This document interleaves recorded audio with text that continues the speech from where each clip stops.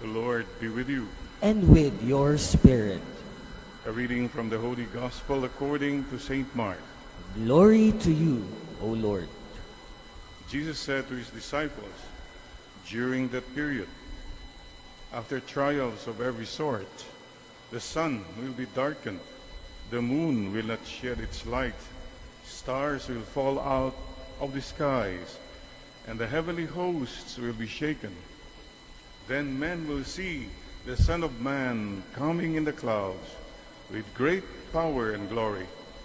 He will dispatch his messengers and assemble his chosen from the four winds, from the farthest bounds of earth and sky. Learn a lesson from the fig tree. Once the sap of its branches runs high and it begins to sprout leaves, you know that summer is near. In the same way, when you see these things happening, you will know that He is near, even at the door. I assure you, this generation will not pass away until all things take place. The heavens and the earth will pass away, but my words will not. As to the exact day or hour, no one knows it, neither the angels in heaven, even the Son, but only the Father. Sisters and brothers, the Gospel of the Lord. Praise to you, O Lord Jesus Christ. Come, Holy Spirit, come, Holy Spirit, bless this unworthy priest, that I may share with humility and with the heart, and that people listen with their hearts. Come, Holy Spirit, come. Sisters and brothers, the Gospel today talks about the end times. Lots of tribulation and sufferings. There is an end time. Nakakatakot po ang description.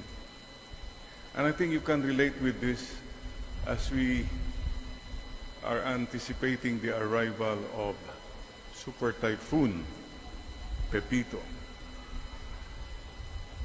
And there's always fear.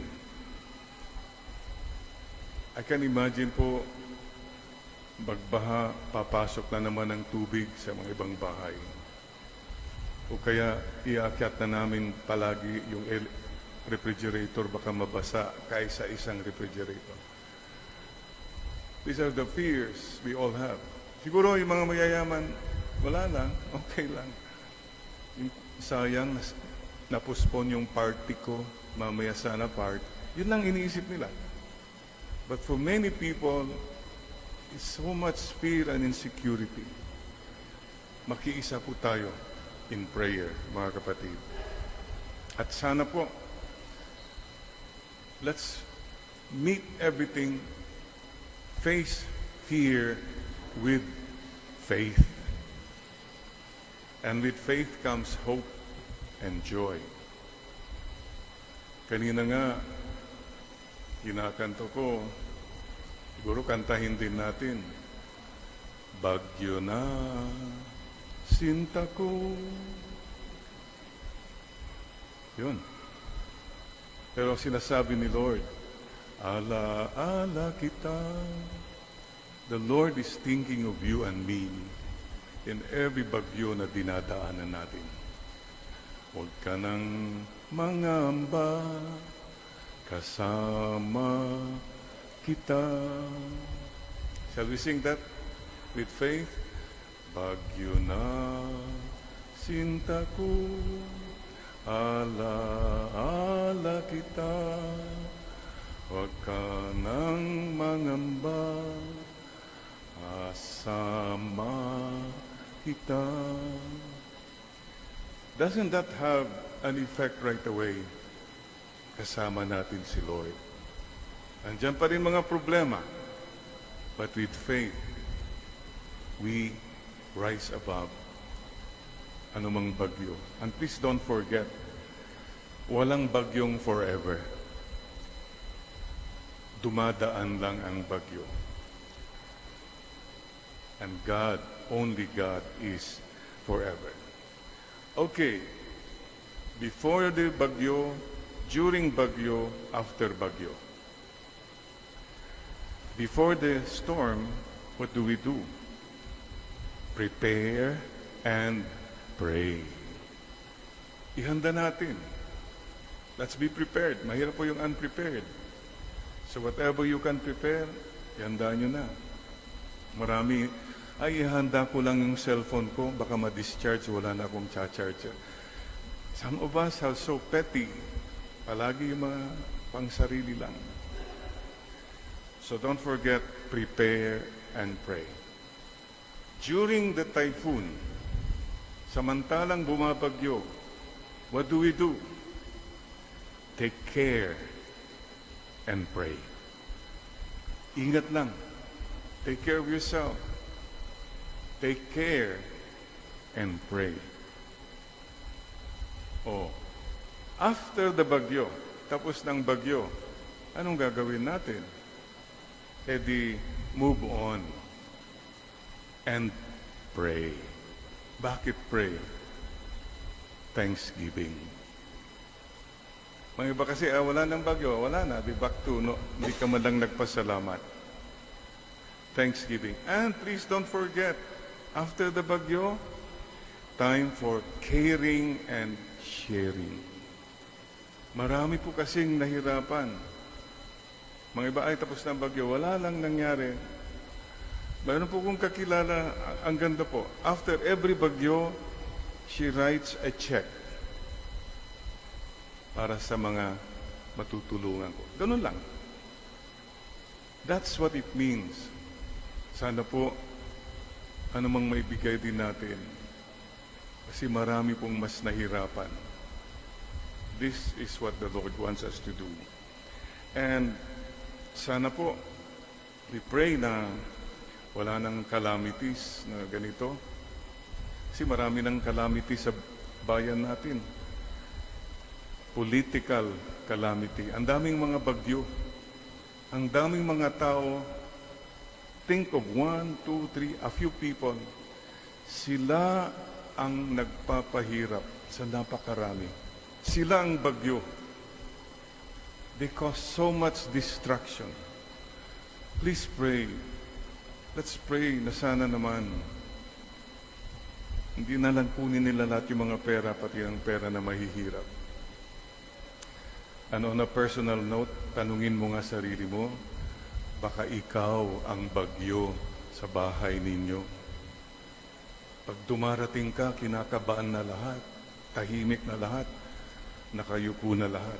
Ikaw ba ang bagyo sa buhay ng ibang tao?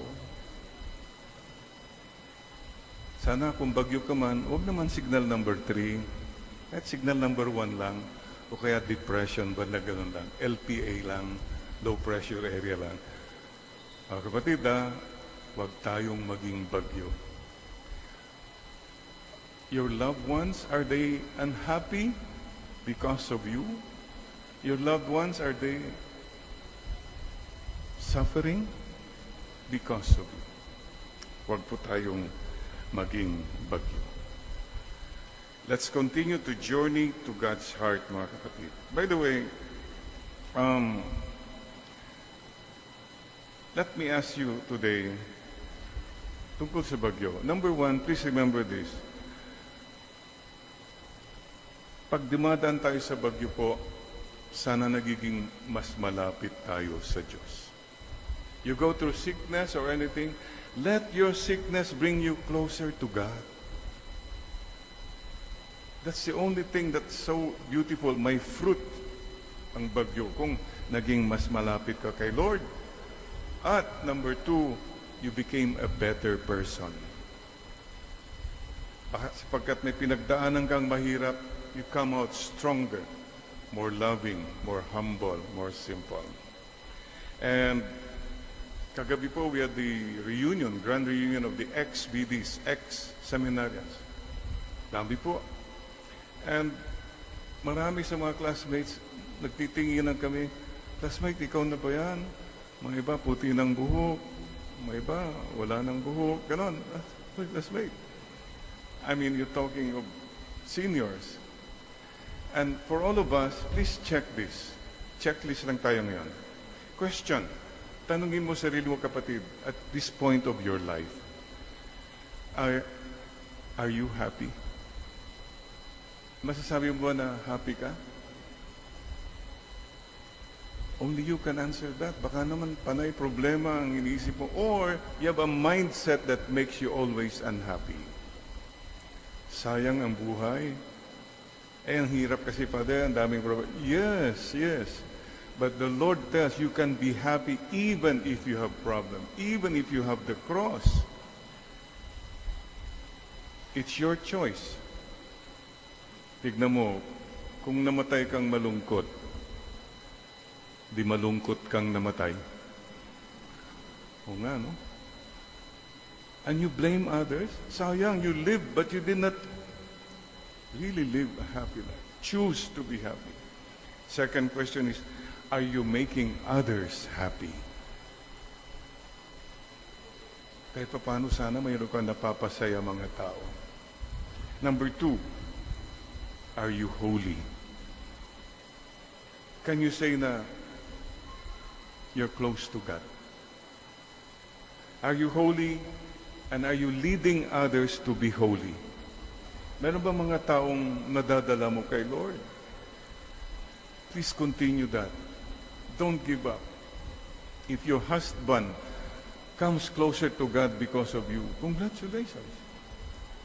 Your wife comes closer to God because of you, congratulations. Bakit ka naging closer? Kasi ang dami kong suffering sa husband ko. Ay, ganun ba yun? Ang dami kong suffering sa wife ko. Whatever, basta yun po ang point. Mayroon tayo sanang natutulungan. And another question I ask all of us today. Are you kind? Are you a kind person? Or are you proud? Are you selfish? Are you greedy? Ikaw ba'y mayabang, mapagsarili, matapang? These are questions we ask.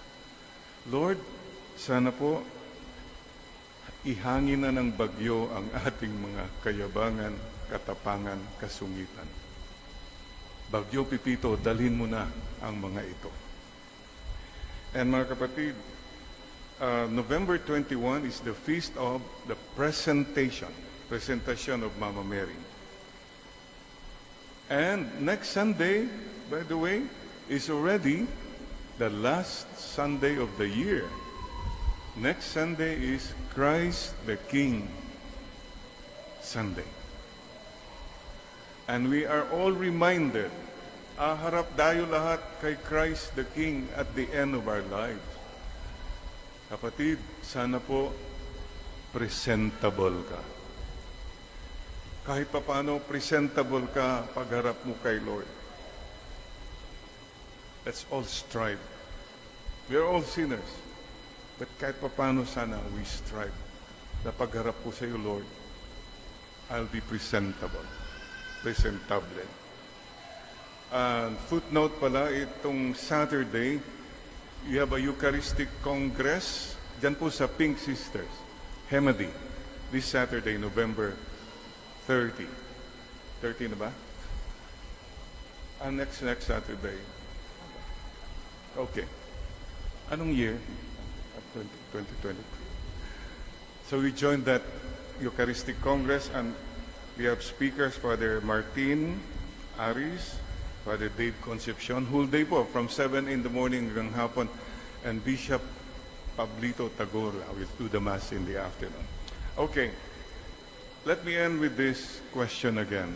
Kapatid, can you say, are you closer to God now than you were 1 year ago? Masabi mo ba na yung relationship mo kay Lord mas personal, mas real na? Sana all, tayong lahat. Number 2, are you loving God more now? Sabi niya, love God with all your heart, with all your soul, with all your strength, and with all your mind. And the final question I ask all of us today is He is God, finally, your God. Yung masasabi mo, Lord, kayo po talaga ang Panginoon ko. I hope you can answer that and say, yes, Lord, kayo po ang Panginoon ko. You are my God. Let's pray for that. And pakicheck mo rin, journey, we're journeying towards the end time. If you have this in your life, love, check. Number 2, joy, check. Peace. Do you have peace in your life? Patience. Are you patient? Kindness. Are you kind to people? Goodness. Masasabi mo you're good? Faithfulness. Gentleness. Self-control. If you can say yes, congratulations. You have the Holy Spirit in you. These are the fruits of the Spirit. Galatians chapter 5, 22 to 23. Yan lang naman mag-gauge natin if God is really with us. Kapaliktaran po. Do you have this in your life? 1, hatred, anger, sadness, stress, impatience, bad deeds, unfaithfulness, roughness, toughness, and no self-control. If you have these in your life, you have the fruits of the evil spirit. Mga kapatid, let's all try our best. Let's all try our best to live with the Holy Spirit. And one final question. Some people, so you have all the provisions in life. Magandang buhay mo, you have money, you have clothes, everything. You're all provided for. But question is, saan ka ba papunta? You have it all here, but where are you going? Minsan titignan mo yung sa kabaong, uy, naka-Amerikana na siya, ganon. Ba? Dati, panay short pants lang siya, ganon. Uy, nagbihis na siya. Saan siya pupunta? This is the question about the final end times. Where are you going? Don't forget, our final destination is to go to heaven. Ang dami kang provisions in your journey, but you lost your way. Nawala ka eh. Kasi nag-focus ka sa mga pera, kung ano-ano, and you forgot your date with God. Your date with God, you and I have a date with God. GPS, check natin ulit. Reset, recalculate. Final destination, where to? Heaven. Amen. We bow our heads.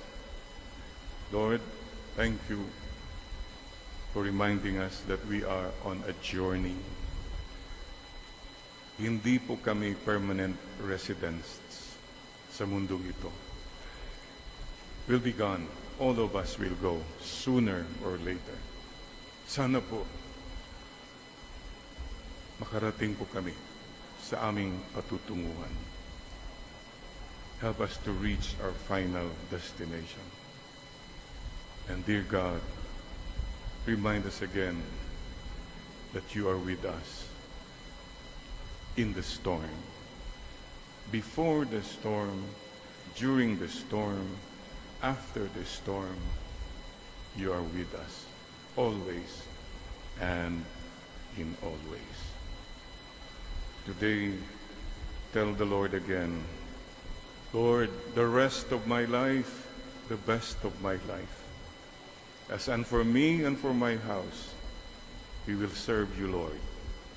We will serve you, Lord. From the book of Joshua. Amen, Lord.